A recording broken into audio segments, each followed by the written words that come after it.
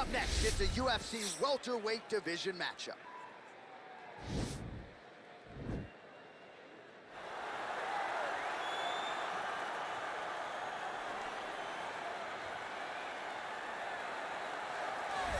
Well, with a lifetime of grappling repetitions, here he is back in the big show here tonight and would appear to have a lot of advantages when it comes to the grappling game. Yeah, the moment he gets a hold of you, it is crazy how strong this man is. When he was in the fighter meetings with John, we looked at his hands, and they're all beat up on a lifetime of just grabbing on that gi, slamming guys to the ground, wrestling, pulling. It's unreal to watch him manipulate and maneuver guys to get them to the floor. He is a master in this style of fighting, and he's used it to start off great in the UFC. He's almost like a professional climber, too, when it comes to the grip strength and the exercises he does to maintain that grip strength. Glad I'm not fighting tonight.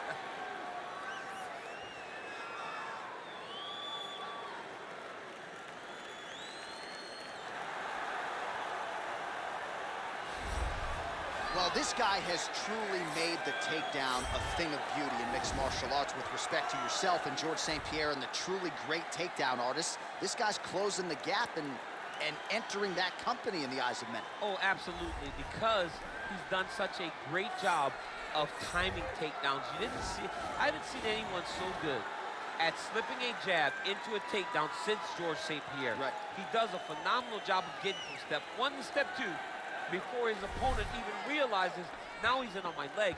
And if they do get their hips back, immediately he's up into a foot sweep, or a headlock, or an inside trick. It's just so many different ways for him to get you to the floor that he will throw every single one at you every single time. And a lot of fighters talk about that wrestling maintenance and how hard it is, right, over the course of a career to continue to drill those things. He talks a lot about that, and that's why he's continued to realize success here in the UFC. Ladies and gentlemen, this is the main event of the evening. And when the action begins, our referee in charge, Herb Dean. And now, this is the moment UFC fans around the world have been waiting for. Live from the T-Mobile Arena in Las Vegas. It's time! 5 rounds in the UFC welterweight division. Introducing first, fighting out of the blue corner. This man is a Greco-Roman wrestler, holding a professional record of 30 wins, 12 losses, 2 draws, and 1 no contest. He stands 5 feet 8 inches tall, weighing in at 155 pounds. Fighting out of Coconut Creek, Florida, Nick the Carney Lentz. And now introducing his opponent, fighting out of the red corner. This man is a mixed martial artist, holding a professional record of 23 wins, 8 losses. He stands 6 feet 1 inch tall, weighing in at 185 pounds. Fighting out of Oslo, Norway, Jack the Joker Hermansson.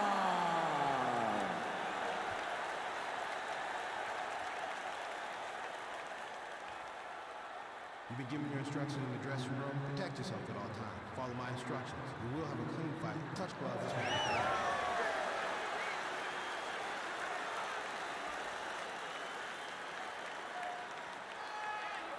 Ready. Ready to fight?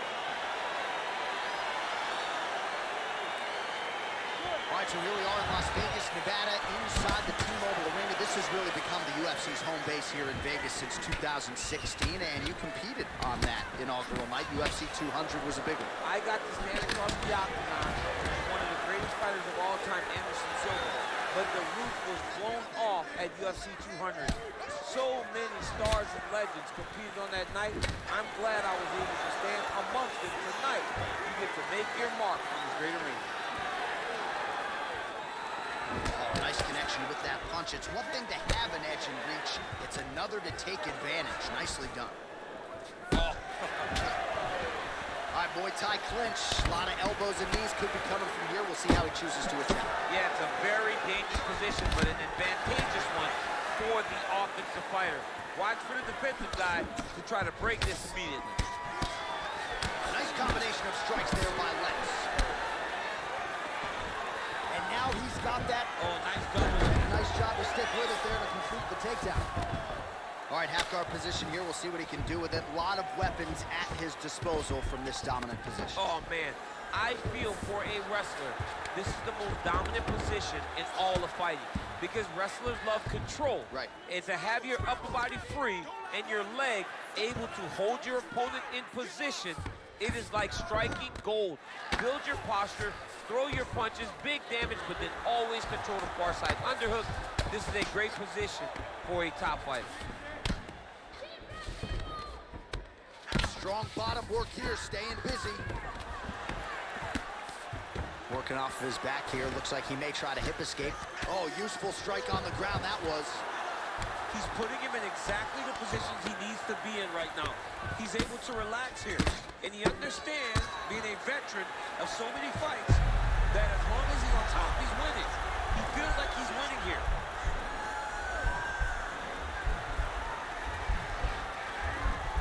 Watch triangle, watch triangle.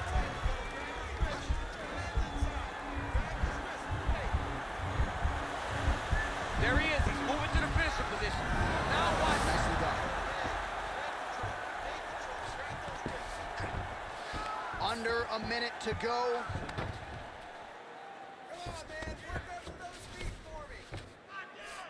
All right, so you gotta be careful playing on the ground with this guy. You don't want to mess around for too long. A lot of top pressure being applied here. Oh, really nice work to keep busy off of his back as he lands some more offense here from bottom. Final seconds. Well, he's in a compromising spot here, DC. You got to figure out a way to get back to your feet. Round 2 is next. All right, let's look back at some of the action in that round, DC. What a high-level display of offensive wrestling. I mean, this is a joy for me to watch. I enjoy watching a guy maintain this level of wrestling for as long as he needs to push the arm to the side, get his head against the mat. Now watch, as he goes to the finish, watch his chest go to the mat. He goes flat, all weight to his opponent. So here we are as our next round gets underway. I would attack in that previous round, by the way. I would attack.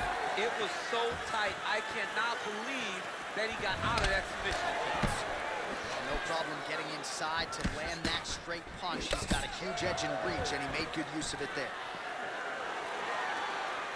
Lentz gets caught with that punch.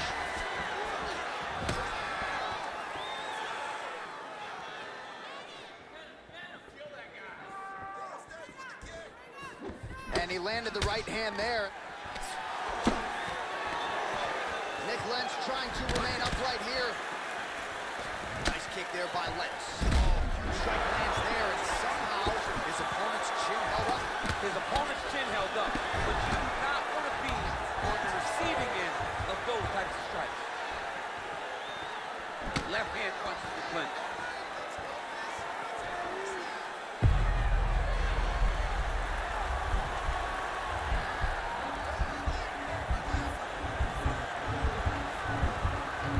This might just be a matter of time.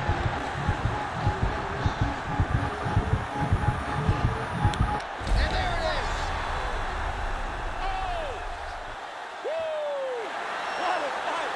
Yeah, that is high-level grappling right there as he gets the win tonight here by way of submission. And he bided his time there. He stayed patient, waited for an opening, and then when it was there, he certainly capitalized to get the tap here tonight. All right, let's take a look back at the replay as he gets it done by submission tonight, champ. He does a great job of staying patient. He doesn't rush or panic. You are never safe when you're fighting this guy. You're in a lot of trouble. You're in a lot of trouble the entire time when you're this good in the submissions.